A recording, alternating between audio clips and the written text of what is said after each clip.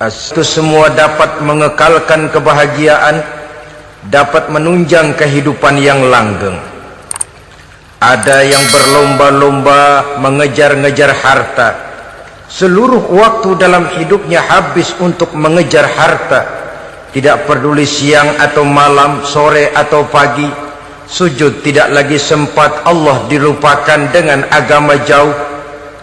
Ada yang berlomba mengejar-ngejar pangkat, jabatan dan kedudukan. Tidak peduli menjilat ke atas, menginjak ke bawah atau menyikut kiri dan kanan. Bahkan teman pun jadi lawan, lawan pun jadi teman. Bukan soal, yang penting pangkat terkejar. Ada yang berlomba memperbanyak kendaraan, sejak dari jet pribadi, pesawat, kapal pesiar, sampai kepada mobil-mobil mutakhir. Ada yang berlomba memperbagus rumahnya. Ada yang berlomba memperbanyak istri dan anak-anaknya. Seluruhnya tenggelam di dalam perlombaan yang menurut ukuran mereka akan mendatangkan prestise, kemegahan dan kebanggaan. Allah Subhanahu wa ta'ala menegur, memberikan peringatan dalam surah yang pendek, yaitu surah At-Takatsur. Alhaakumut takatsur hatta zurtumul maqabir, kalla sawfa ta'lamun. Alhaakum ay syagalakum an ta'ati rabbikum. Kamu telah lalai daripada taat kepada Tuhanmu, dan yang menyebabkan kamu lalai itu tidak lain at-takatsur. At-takatsur artinya at-tabahi bi kathrati mata'id dunya, bermegah-megah dengan memperbanyak kesenangan hidup duniawi. Dengan kata lain, berlomba-lomba mengejar kemegahan duniawi telah menyebabkan kamu lalai daripada mengingat, daripada taat kepada Allah Subhanahu wa ta'ala. Apabila orang cenderung materialistis, seluruh kegiatan hidup dikerahkan untuk berlomba memperbanyak materi, apa namanya harta benda, apa namanya rumah, apa namanya pangkat dan jabatan, maka dikala itu seseorang akan sangat mudah lalai daripada taat kepada Allah Subhanahu wa ta'ala. Hilanglah kesadaran bahwa sesungguhnya apapun yang kita miliki dalam kehidupan dunia ini tidak lain hanya barang titipan sementara. Kita cari, kita kejar, tapi setelah kita dapatkan, jangan dia dijadikan tujuan. Jadikanlah dia sebagai alat. Apabila harta benda duniawi sudah dijadikan sebagai tujuan daripada kehidupan, maka sesungguhnya kita sudah terseret dalam satu siklus, satu lingkaran setan yang tidak akan pernah berujung. Sebab manusia dalam berhadapan dengan materi duniawi tidak akan pernah mengenal kata cukup, tidak akan pernah mengenal kata puas, dan tidak akan pernah bertemu dengan titik. Selalu koma, selalu kurang, selalu tidak. Saudara-saudara kaum muslimin rahimakumullah. Oleh sebab itu agama memberikan kesadaran seluruh yang kita miliki, yang dititipi oleh Allah dalam kehidupan ini berupa materi keduniaan, hakikatnya adalah alat dan bukan sebagai tujuan. Apabila alat sudah kita jadikan tujuan, kita akan terjebak ke dalam satu perlombaan yang justru akan mencelakakan kita sendiri. Inilah yang saya maksud dengan sirkuit celaka. Perlombaan yang hanya membuat kita jerih, payah, keringat bercucuran, tenaga terkuras, tapi tidak akan pernah sampai ke garis finish. Karena memang tidak ada garis finishnya. Betapapun jauhnya satu perlombaan, dia mesti punya garis finish. Tapi kalau sudah at-takatsur, berlomba bermegah-megah diri, maka barangkali tidak akan pernah ada garis finishnya. Kita akan terseret dalam lingkaran setan, berputar di seputar itu tanpa tahu kapan berhenti dan di mana titiknya. Agamalah yang memberikan kesadaran. Alhaakumut takatsur, bermegah-megahan telah membuat kamu lalai daripada taat kepada Allah Tuhanmu. Semua sadar bahwa kita diciptakan tidak lain adalah untuk mengabdi kepada Allah. Nilai pengabdian ini sering lentur, nilai pengabdian ini sering luntur manakala kita sudah berlomba-lomba bermegah-megah dengan materi kehidupan dunia. Islam jelas tidak menganjurkan penganutnya jadi orang miskin. Bahkan Imam Ali karramallahu wajhah pernah mengatakan, kemiskinan bisa menyebabkan kekufuran.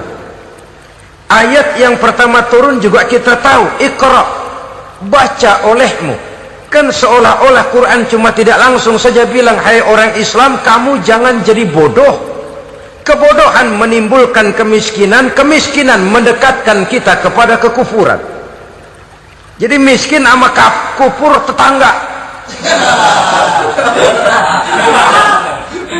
Artinya dalam kondisi miskin,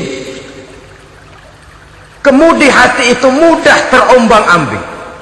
Oleh sebab itu sering kemiskinan umat Islam ini dimanfaatkan oleh orang-orang lain untuk menyebarkan agamanya.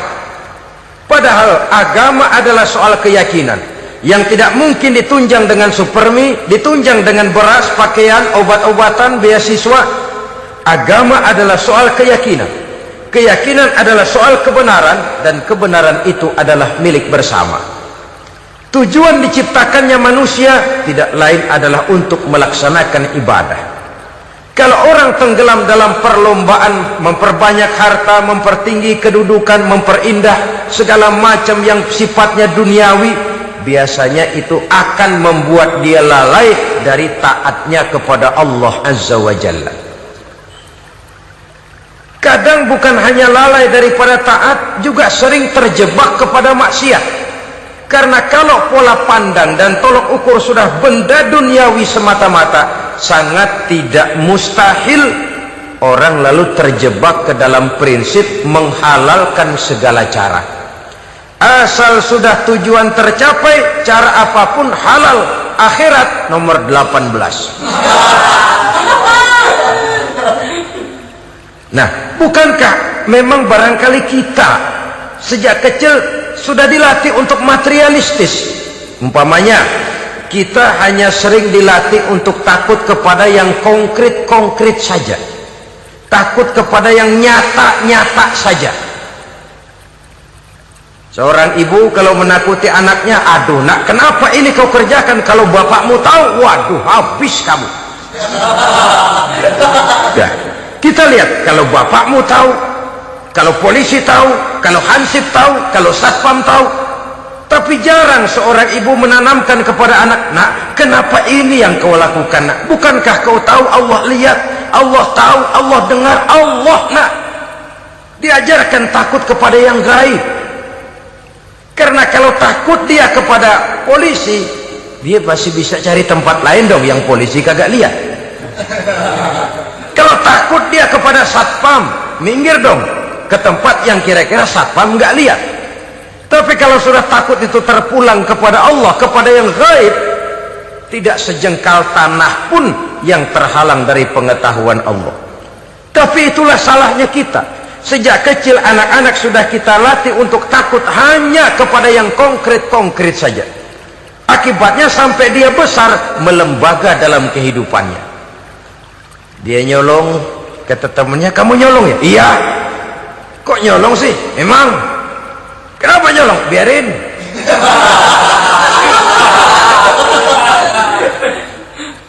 Kamu kan tahu Allah lihat? Tahu. Kenapa nyolong juga? Biarin.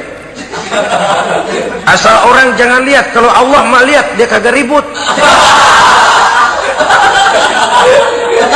Allah nggak ribut katanya.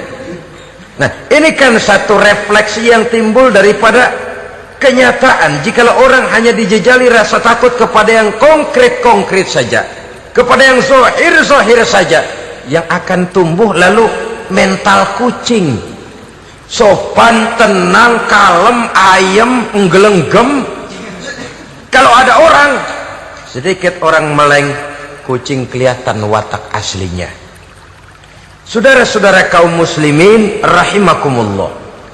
Oleh sebab itulah maka agama lewat surah yang kita bicarakan pada pertemuan ini memberikan peringatan. Kala, jangan begitu dong. Kamu boleh mencari dunia, silahkan cari harta yang banyak, cari pangkat yang tinggi, tapi jangan itu membuat kamu lalai daripada taat terhadap Allah subhanahu wa ta'ala. Jangan karena keinginan mendapat harta yang sebanyak-banyaknya lalu melakukan segala macam cara asal tujuan tercapai. Itu sudah membuat kita lalai. Jangan karena ingin mengejar kedudukan yang tinggi lalu jilat atas injak bawah, nggak mempan jilat dukun dipakai.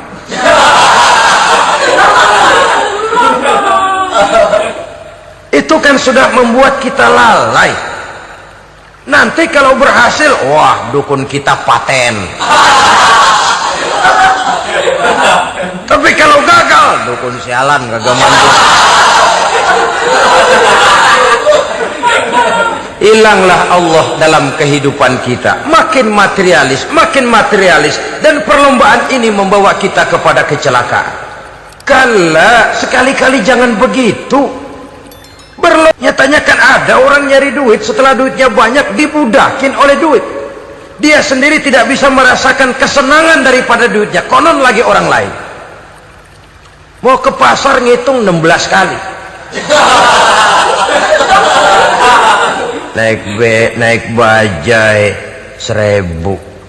1000 itu kalau ratusan semua 1000 lembar. Hitung-hitung, mendingan jalan kaki. Jalan kaki tengah hari bolong panas, kan dibudakkan oleh uang.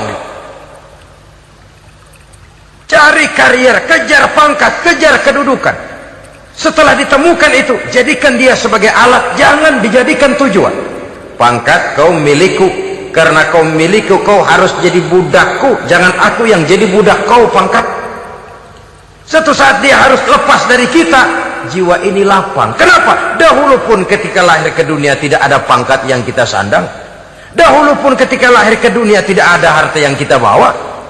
Jadi harta itu, pangkat itu, kedudukan itu ada dalam hati, tapi tidak berurat dan berakar. Kalau dia berurat dan berakar dalam hati, berat misah sama harta itu. Berat. Sekedar ngasih fakir miskin cepet juga berhitungnya 17 lembar.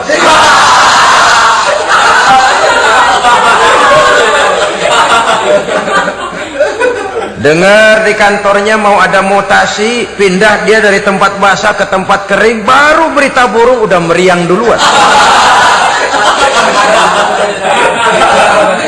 Ini nanti bagaimana, itu nanti bagaimana, ini nanti bagaimana. Kan tidak jarang orang yang kena apa istilah kerennya zaman sekarang itu post power syndrome. Post power syndrome ini pernah dianalisa oleh Nabi. Kata beliau, irhamu salasatan minan nas, sayangilah 3 macam manusia.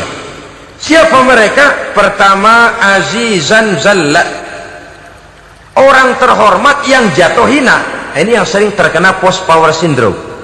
Biasa kemana-mana dikawal, dihormati, datang ke tempat ini protokol siap, ini serba diatur semua, serba beres. Begitu jabatan selesai atau pensiun, habis orang gak indah-indah. Dia lihat orang diemin aja, orang diemin dan orang tonton. Ini kalau nggak kuat mentalnya, itu kena post power syndrome. Akibatnya ya bisa jantungan, bisa lever, bisa darah tinggi. Ya penyakit-penyakit yang zaman dulu kita nggak kenal. Ini kan makin banyak dokter, makin maju ilmu kedokteran, makin aneh penyakit. Saudara hadirin yang saya hormati, post power syndrome kena apa yang dinamakan frozen emotional attitude. Tidak kuat menghadapi kenyataan. Azizan zalla, orang terhormat yang jatuh hina, itu sangat perlu dikasihani. Yang kedua, ghaniyan qadif taqor, orang kaya jatuh miskin. Ini juga sama, biasa hidup apa ada, serba ada, lalu harus hidup apa adanya. Ini kalau kurang-kurang kuat benar-benar memble ini.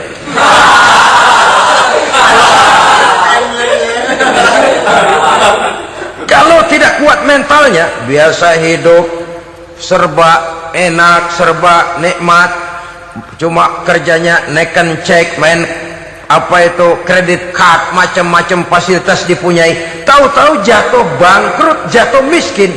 Kalau tidak fondasi agamanya kuat, bisa gantung diri, bisa bunuh diri, bisa frustasi, bisa terkena psikosomatik, tekanan jiwa mempengaruhi faktor biologis, timbullah tekanan, terjadilah penyakit aneh-aneh. Al-ghaniyan qadif taqara, orang kaya jatuh miskin, itu perlu dikasihani.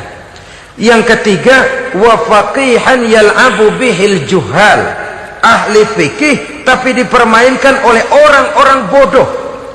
Hanya kebetulan orang bodoh itu punya kekuasaan, hukum bisa dipesan.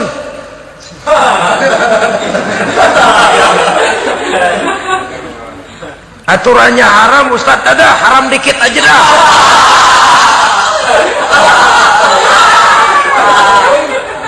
Sibuklah tuan fakih ini, ahli fikih ini mencari dalil kebet sana kebet sini supaya yang tadinya haram benar bisa jadi haram sedikit. Padahal yang minta ini orang bodoh, tidak ngerti agama, cuma karena punya kekuasaan dipermainkan oleh orang yang fakih. Orang yang fakih ini dipermainkan. Kasihan orang yang seperti itu. Wa faqihan yal'abu bihil juhal, ahli fikih tapi dipermainkan oleh orang-orang bodoh. Akibatnya karismanya hilang, wibawanya lenyap.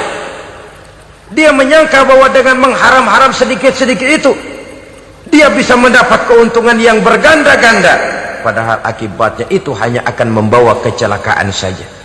Allah peringatkan benar, kala, sekali-kali jangan begitu. Cari uang yang banyak silahkan, ngejar kedudukan yang bagus boleh, bikin rumah yang hebat silahkan, ada kendaraan bagus silahkan, tapi jangan sampai kamu terjebak kepada sirkuit celakai, perlombaan yang tidak ada garis finishnya. Sering dicontohkan orang menghayal, melamun, kamu kenapa nggak mau ibadah? Lah bagaimana mau sembahyang, saya di Jakarta masih ngontrak.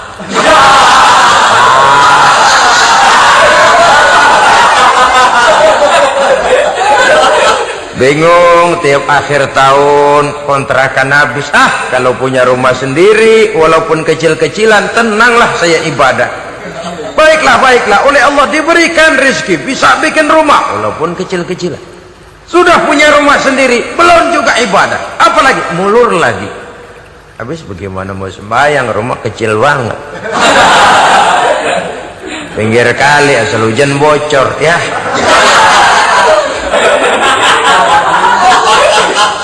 Kalau bisa punya rumah permanen, rajin dah ibadah dah. Iyalah, diberikan rezeki, bisa bikin rumah besar, kamarnya banyak, halamannya luas, kendaraan belum ada, perabotan belum lengkap. Sudah ada kendaraan, belum kayak orang-orang. Sudah kayak orang-orang, masih sama dong, kudu di atas. Kapanlah selesainya? Kala, sekali-kali jangan begitu. Jangan kamu mengumpulkan harta bermegah-megah membuat kamu lalai dari taat kepada Tuhanmu. Engkau tinggalkan rukuk dan sujud, engkau jauh dari masjid, engkau kering dari kehidupan beragama. Sebab itulah maka pembangunan fisik material tidak bisa dipisahkan dengan pembangunan mental spiritual. Tidak hanya cuma dalam teori, tapi juga harus dalam praktek. Selalu pembangunan yang hanya mengarah kepada fisik material, jauh dan kering dari agama, hanya akan melahirkan manusia-manusia materialistis yang terjebak di dalam sirkuit celaka, perlombaan yang tidak pernah mengenal garis finish. Sebab itu agama mengajarkan, orang kaya itu siapa sih? Yang banyak duit? Belum tentu. Yang kebunnya di mana-mana ngebelatak? Belum tentu. Yang pabriknya selebar-lebar? Belum tentu. Yang punya segala macam peternakan, dari peternakan gajah sampai peternakan kutu,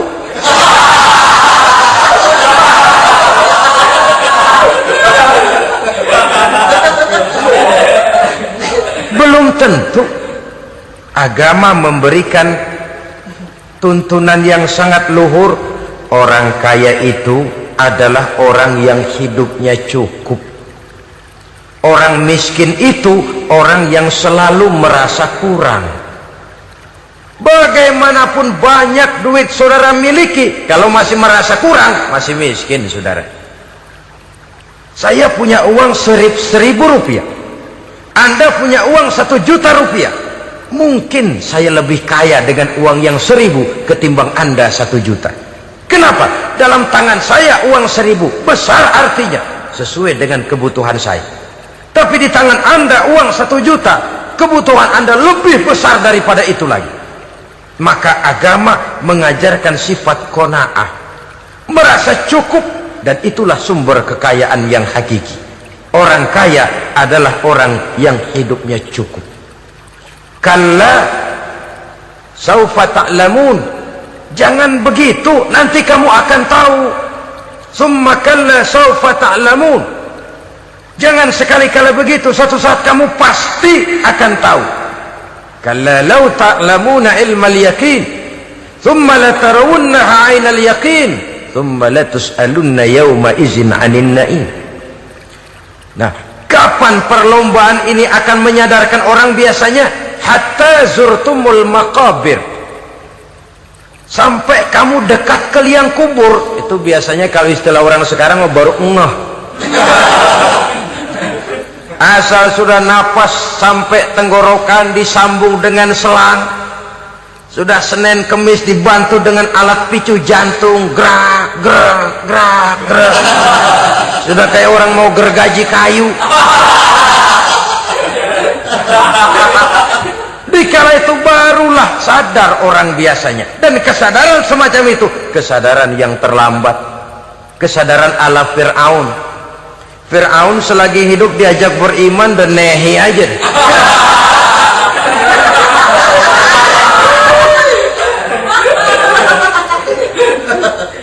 Tapi ketika dia tenggelam di lautan merah bersama seluruh tentaranya, dikala napas hampir terputus, keluar ucapannya, amantu bi rabbi Musa wa Harun. Aduh, kalau begini mah saya juga percaya kepada Tuhannya Musa dan Harun, saya beriman kepada Allah. Lagi timbul tenggelam mau sekarat baru beriman. Hatta zurtumul maqabir, kamu telah lalai dari sebab bermegah-megah sampai kamu masuk ke liang kubur, dekat ke liang kubur. Kalimat zurtum di sini menjelaskan bahwa kubur itu tidak selamanya. Zurtum itu dari kalimat zaro ya zuru, berziarah. Orang berziarah kan sebentar. Ke kubur itu sama dengan berziarah kita di situ. Sebentar, tidak akan selamanya, tidak akan kekal dalam kubur. Bahwa kubur itu cuma satu halte dari sekian halte yang harus kita jalani. Hatta zurtumul maqabir ay mutum wa dufintum fil kubur, sampai kamu mati dikubumikan dalam kubur, barulah kamu sadar bahwa perlombaan itu hanya sia-sia. Bahwa perlombaan itu tidak akan pernah mengenal garis finish, bahwa perlombaan itu akan membuat kamu celaka. Begitulah umumnya kebanyakan orang yang terjebak ke dalam paham materialis, baru menyadari kesalahan langkahnya pada saat napas sudah sampai di tenggorokan. Ternyata uangnya yang miliaran rupiah tidak sanggup menyambung nafasnya. Ternyata kendaraan yang serba mewah berkilat tidak sanggup meneruskan kehidupannya. Ternyata pangkat jabatannya yang tinggi yang membuat dia menyebabkan temannya jadi lawan, lawannya jadi teman, tidak akan sanggup menghentikan sang malaikat maut. Kalau keadaan sudah begitu, baru sadarlah kita terlambat. Karena saat seperti itu akan dihadapi oleh setiap orang. Kala, jangan begitu. Sadarlah kamu bahwa kalau sudah dekat ke liang kubur kamu baru insaf, itu terlambat. Sebelum nafas sampai di tenggorokan, pintu taubat masih selalu terbuka. Tapi manakala nafas sudah sampai di tenggorokan, tertutuplah pintu taubat untuk orang yang bersangkutan. Oleh sebab itu, perlombaan dengan bermegah-megah terhadap materi duniawi, tolok ukur dan pandangan hidup yang terbatas kepada wujud benda semata-mata, memang sering menyebabkan orang lalai, sering menyebabkan orang lupa diri, tidak sadar tentang hakikat yang terpenting dari kehidupan ini, yaitu tentang dari mana dia datang, di mana dia sekarang, dan kemana dia akan pulang. Sungguh, ilmu pengetahuan tidak akan pernah mampu menjawab persoalan ini. Sungguh, filsafat juga tidak berdaya menghadapi pertanyaan seperti ini. Hanya agama yang mampu memberikan kepastian batin tentang hakikat dari mana kita datang, di mana kita sekarang, dan kemana kita akan pulang. Makin kita renungi pertanyaan ini, makin kita menemukan diri sendiri, dan makin kita menemukan mengenal diri sendiri, kita akan semakin mengenal Allah Subhanahu wa ta'ala. Semakin kita mengenal Allah, maka akan semakin terpanggil kita untuk dekat dengannya, mentaati segala perintahnya, dan berupaya menjauhi segala yang dilarangnya. Dengan demikian selamatlah kita dari satu perlombaan yang hanya akan menyeret kita kepada menghalalkan segala cara, jauh dari agama, jauh dari Allah, bahkan jauh dari sesama manusia. Karena umumnya perlombaan seperti ini akan cenderung melahirkan manusia yang egois. Muslimin rahimakumullah. Lebih jauh, mari kita mengikuti peringatan Allah dalam surah Al-Munafiqun ayat 9. Di sini Allah Subhanahu wa ta'ala mengingatkan, A'udzu billahi minasy syaithanir rajim. Ya ayyuhalladzina amanu la tulhikum amwalukum wala auladukum an dzikrillah wa may yaf'al dzalika fa ulaika humul khasirun. Hai orang-orang yang beriman, jangan sampai hartamu dan anak-anakmu melalaikan kamu daripada mengingat Allah. Wa may yaf'al dzalik, barang siapa yang melakukan hal seperti itu, fa ulaika humul khasirun, maka merekalah sesungguhnya orang-orang yang merugi. Rugi dunia, rugi akhirat. Disebutkan di sini dua hal yang sering menyebabkan kita jadi lalai. Amwal dan aulad. Harta dan anak-anak. Materi dan keluarga. Perlombaan di dalam mengumpulkan materi sering menyebabkan kita menjadi lalai. Begitu juga amanah berupa anak ini sering kita lalaikan atau sering membuat juga kita menjadi lalai. Kita lalaikan dalam arti bahwa keduanya, baik harta baik anak, merupakan amanah dari Allah. Setiap orang tua akan dimintakan pertanggungan jawab. Apabila kita lalaikan amanah ini, maka resikonya akan kembali juga kepada kita.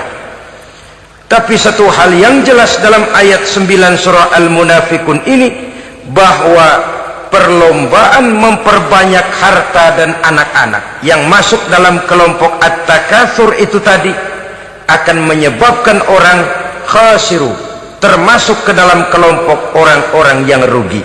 Perlombaan yang hanya akan membawa kerugian semata-mata. Kemudian di dalam satu hadis Rasulullah sallallahu alaihi wasallam memberikan peringatan.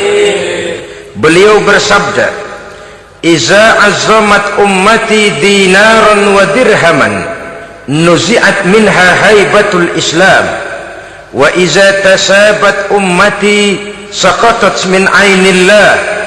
Wa iza turikatil amru bil ma'rufi wan nahyu 'anil munkari hurimat 'alaihim barakatul wahyi.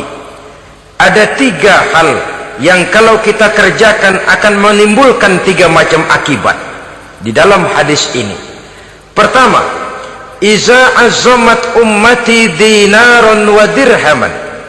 Apabila umatku sudah mengagung-agungkan dinar dan dirham, artinya kalau umatku sudah jatuh menjadi umat yang materialistis, segalanya diukur dari dinar dan dirham. Dinar dan dirham ini kalau bahasa Inggrisnya dokat.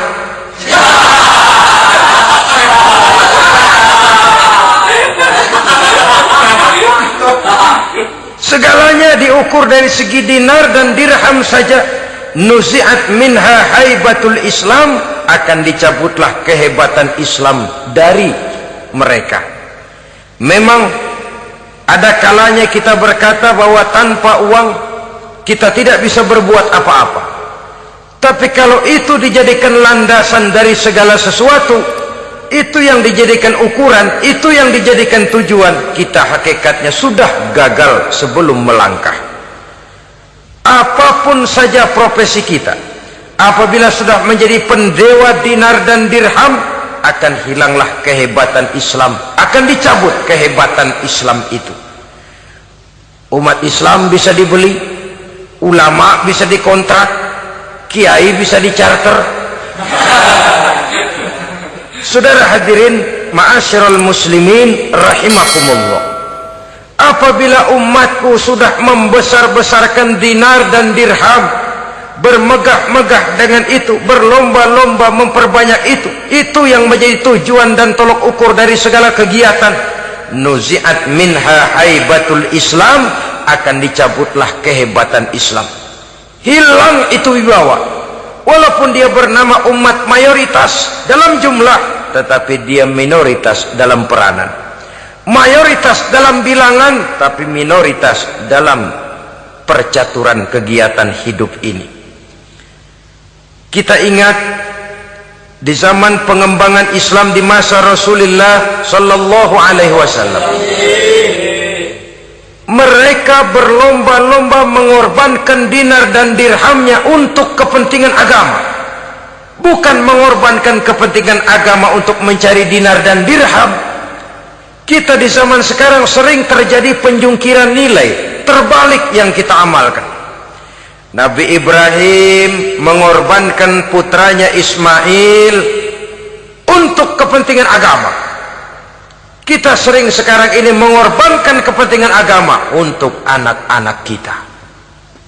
Dulu anaknya yang dikorbankan buat agama, sekarang agamanya dikorbankan buat anak. Dulu dinar dan dirham dibelanjakan untuk menopang agama, sekarang agama dijadikan alat untuk mencari dinar dan dirham.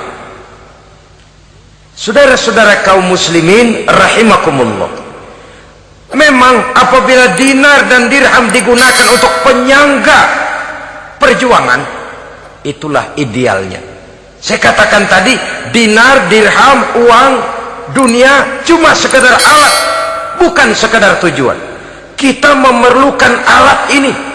Membangun pesantren tidak cukup dengan semangat, membangun rumah sakit Islam tidak cukup dengan pidato, membangun masjid tidak cukup dengan semangat menggebu-gebu. Kita perlu semen, kita perlu pasir, kita perlu batu kali, kita perlu besi, dan itu semua beli. Tidak turun dari langit seperti turunnya embun di waktu pagi. Tidak mungkin rumah sakit Islam muncul ke permukaan hanya dengan simsalabim abracadabra.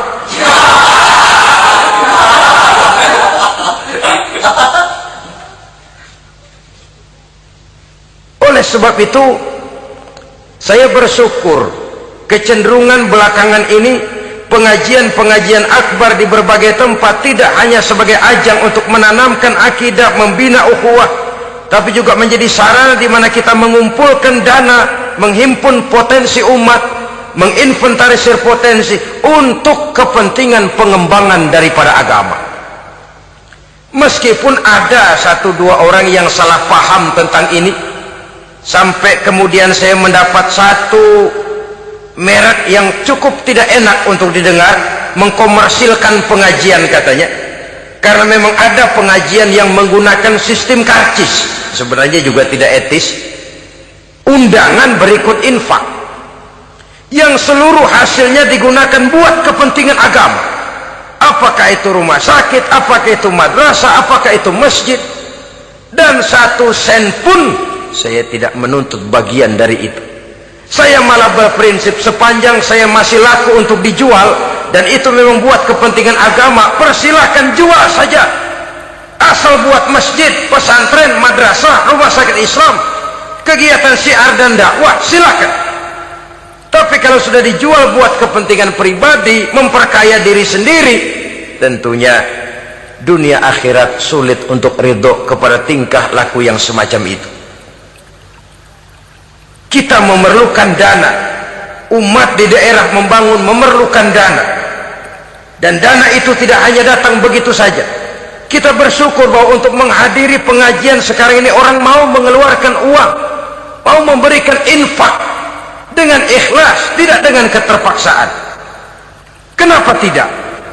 Sehingga ini lalu diinventarisir untuk kepentingan pembangunan agama. Ratusan juta rupiah terkumpul dari pengajian-pengajian rutin ini, pengajian-pengajian akbar ini. Puluhan masjid terbantu, rumah sakit Islam terbantu, musola selesai. Ya walaupun tidak lalu semuanya beres, tapi gemaknya itu sudah cukup menyentuh untuk menyadarkan orang bahwa harta baru kekal kalau dia sudah dibelanjakan di jalan Allah. Nah, yang celaka kalau dinar dan dirham itu yang dijadikan tujuan. Mengadakan pengajian semata-mata untuk cari uang, uangnya buat kantongnya dewek. Itu yang membuat dicabutnya kehebatan Islam itu. Segalanya diukur dari sudut itu. Sehingga ketika seseorang datang bertanya tentang hal-hal yang berkaitan dengan ini, maka hal semacam ini sesungguhnya satu nikmat yang perlu kita syukuri sepanjang menginventarisir potensi umat benar-benar digunakan buat kepentingan daripada agama kita. Jadi peringatan tegas dari Nabi ini, iza azzamat ummati dinarun wa dirhaman nuzi'at minha haibatul Islam. Apabila umatku sudah mengagung-agungkan dinar dan dirham, maka akan dicabutlah kehebatan Islam dari tengah-tengah mereka. Remeh saja orang memandang kita, enteng saja orang memandang kita. Satu. Yang kedua, peringatan Nabi, wa iza tasabat ummati saqatat min ainillah. Apabila umatku sudah saling mencaci maki, apabila umatku sudah saling berbantah-bantahan, saqatat min ainillah, jatuhlah mereka dalam pandangan Allah. Kalau sesama umat ini sudah saling menjelekkan, apakah yang menjelekkan itu lebih bagus dari yang dijelekkan di hadapan Allah? Dua-duanya sama rendahnya. Pribadi saya mungkin puas kalau saya bisa menghantam saudara di depan umum, menjelek-jelekkan nama saudara. Tapi lebih baikkah saya dalam pandangan Allah? Sama rendahnya dengan orang yang saya jelekkan. Itu pun kalau yang dijelekan benar-benar jelek. Kalau cuma sekedar fitnah, wah, lebih celaka lagi nasib si orang itu tadi. Ini artinya menyadarkan kita bahwa umat ini sudah diikat dengan akidah. Beraneka ragam kita, tapi harus ada kebersamaan. Berbeda kita, tapi harus satu, sebagai satu ummatan wahidah, satu umat yang satu. Oleh sebab itu, persamaannya lah yang harus kita angkat ke permukaan, bukan perbedaannya yang kita perbesar. Sudah datang waktunya umat Islam bangun dari tidurnya, jangan lagi dibuai oleh irama mayoritas. Sudah lewat masanya kita bertengkar karena persoalan-persoalan kecil yang tidak prinsip. Sudah datang waktunya umat Islam bersatu, menyusun saf yang lebih lurus, oleh karena ia dihadapkan kepada tantangan-tantangan yang tidak semakin ringan.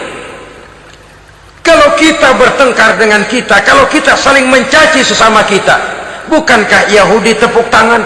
Bukankah Nasrani menari-nari? Bukankah pihak ketiga akan menangguk di air keruh? Dan kerugian akan terpulang kepada kita semua. Tapi inilah realita, bahwa yang kita hadapi ini sesungguhnya musuh kita di luar kita, bukan di dalam kita. Apakah itu kemiskinan, kebodohan, maksiat, munkarat, ketidakadilan, kezaliman, kesewenang-wenangan, dan lain sebagainya. Yang musuh jadikan musuh, yang teman mari kita rangkul. Jangan terbalik, teman dimusuhi, musuh malah dirangkul. Maka berpesta poralah musuh-musuh Islam ini. Saudara-saudara kaum muslimin rahimakumullah, Nabi memperingatkan dengan tegas, wa iza tasabat ummati saqatat min ainillah. jikalau umatku sudah saling mencaci maki, sudah saling berbantah-bantahan, jatuhlah mereka dalam pandangan Allah. Satu ayat menjelaskan jangan sebagian kamu meremehkan, yaskhar, mengecilkan, menganggap enteng orang lain. Boleh jadi yang dihina, diremehkan, dianggap enteng itu nilainya lebih bagus daripada yang menganggap enteng. Hakikat segala sesuatu itu cuma kembali kepada Allah. Di sanalah penilaian finalnya. Manusia hanya melihat yang zahir. Makin banyak harapan hidup ini kita gantungkan kepada manusia, makin banyak kita harus bersiap untuk kecewa. Saudara-saudara kaum muslimin rahimakumullah. Kemudian yang ketiga peringatan dari baginda Nabi, wa iza turikatil amru bil ma'rufi wan nahyu 'anil munkari hurimat 'alaihim barakatul wahyi. Apabila amar ma'ruf dan nahi munkar telah ditinggalkan, maka akan hilanglah keberkahan wahyu, akan hilanglah keberkahan Quran, akan sirnalah keberkahan agama. Amar ma'ruf dan nahi munkar ditinggalkan, artinya di tengah masyarakat sudah tidak ada lagi yang menyerukan ini baik, ini tidak baik, ini halal, itu haram. Mari kita sholat, mari makmurkan taklim, santuni yatim piatu, makmurkan masjid. Seruan ke arah itu tidak lagi terdengar. Sementara tinggalkan judi, tinggalkan minuman keras, jauhi zina, seruan semacam itu pun tidak lagi terdengar. Maka hilanglah keberkahan wahyu itu. Karena amar ma'ruf dan nahi munkar merupakan bagian daripada ajaran agama kita. Menjadi sponsor dari segala macam kebajikan dan menjadi penghalang daripada segala macam kemunkaran sesuai dengan batas kemampuan yang kita miliki masing-masing. Nah, saya kembali kepada persoalan pokok di awal pembicaraan tadi. Bagaimana jalan keluarnya? Jalan keluarnya tidak lain adalah upaya. Bagaimana kegiatan yang sifatnya fisik material ini diimbangi dengan kegiatan yang bersifat mental spiritual. Upaya menghidupkan majelis-majelis taklim, upaya memakmurkan masjid-masjid sebagai laboratorium rohani untuk mewujudkan keseimbangan dalam pola pikir yang akan berlanjut dalam gerak hidup yang kemudian akan tertuang dalam segala perbuatan manusia. Apabila sudah terwujud kepincangan dalam pola pikir, akan pincanglah caranya bertindak dan berbuat, akan pincanglah pandangan hidupnya, akan pincanglah orientasinya di dalam kehidupan ini. Oleh karena itu, Islam dalam berbagai aspek kehidupan mengajarkan sistem keseimbangan. Mencari harta boleh, tapi tidak boleh keluar dalam kerangka fastabiqul khairat.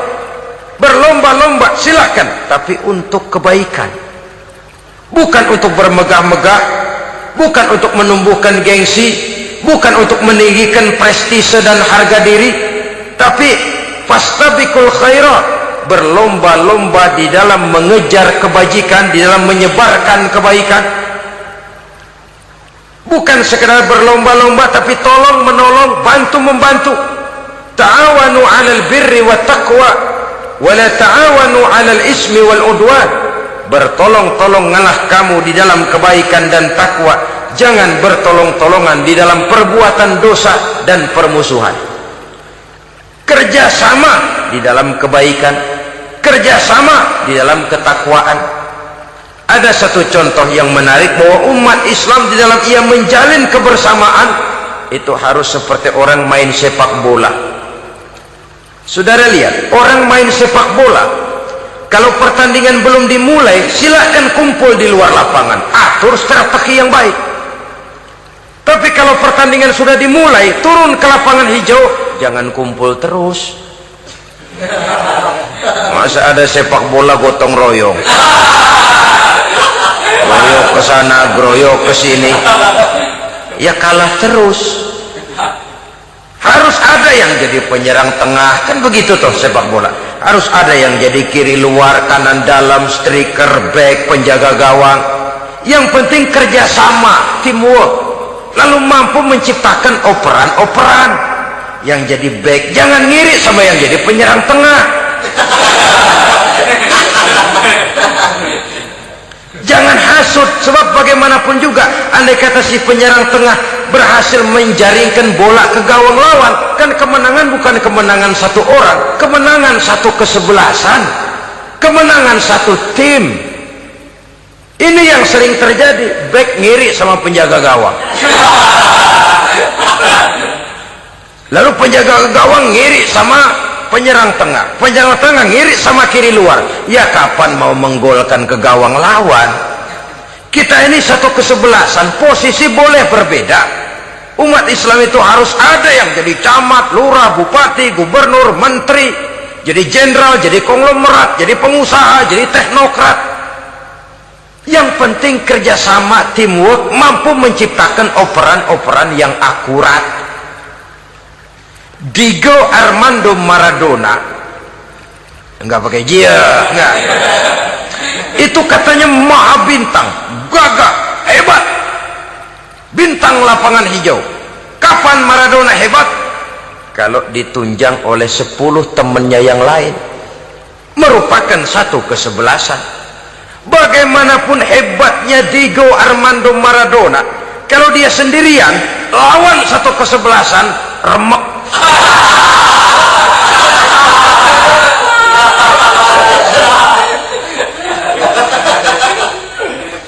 Dia hebat, dia jenius, dia maha bintang karena dapat operan dari teman-temannya, bukan jegalan, operan. Jadi oleh sebab itu bagaimana kita menciptakan operan-operan akurat yang akan melahirkan kebersamaan di tengah-tengah umat. Artinya satu contoh saja, misalnya seorang pengusaha besar, oleh karena kesibukannya di dunia bisnis, tidak perlu jadi ketua pembangunan musola, tapi kalau ada musola belum selesai, operan. Operannya itu yang penting. Apa yang dioper itu? Semen, apa batu kali, apa besi, yang penting operan. Operannya akurat. Kadang-kadang ada terjadi juga frustasi ngelihat lawan kesebelasannya terlalu kuat, ngoper ke gawang sendiri, jebol. Kan sering terjadi begitu. Muslim didukung oleh umat Islam, ketika punya posisi menguntungkan malah mempersulit Islam. Ini kan ngoper ke gawang sendiri, bunuh diri namanya. Boro-boro jebolin gawang lawan, asal jangan bunuh diri juga lumayan. Jadi kalau saja kita mampu menciptakan kebersamaan seperti ini, baju boleh berbeda. Seorang muslim boleh dibungkus baju abri, boleh dibungkus baju dokter, boleh dibungkus baju teknokrat, boleh dibungkus baju konglomerat, sekedar baju. Tapi kalau terbukalah baju itu, kelihatan dadanya, terbersit nilai imannya, meresap sampai ke tulang sumsumnya, dan pada saat Islam dikuti-kuti, akan timbul kecintaannya, akan timbul, saya muslim dan saya bangga dengan Islam saya muslim dan saya mau berbuat untuk Islam saya muslim dan saya siap mati untuk Islam saya. Dengan baju apapun dia terbungkus, kalau roh, jiwa dan semangat semacam ini tertanam, saya yakin kita umat Islam akan mampu berbuat lebih banyak dengan mewujudkan operan-operan akurat yang sangat diharapkan oleh umat itu tadi. Oleh sebab itu, saudara-saudara kaum muslimin rahimakumullah, baju boleh berbeda, bendera boleh beraneka warna, tapi jikalau bernama muslim, persamaannya yang dicari, jangan perbedaannya yang diperbesar. Nilai persaudaraan yang diikat dengan akidah semacam inilah yang banyak dicari orang, yang banyak menyebabkan orang masuk Islam. Di mana masjid kelihatan benar sebagai simbol kehidupan demokrasi dalam menciptakan ukhuwah, wawasan ukhuwah ini.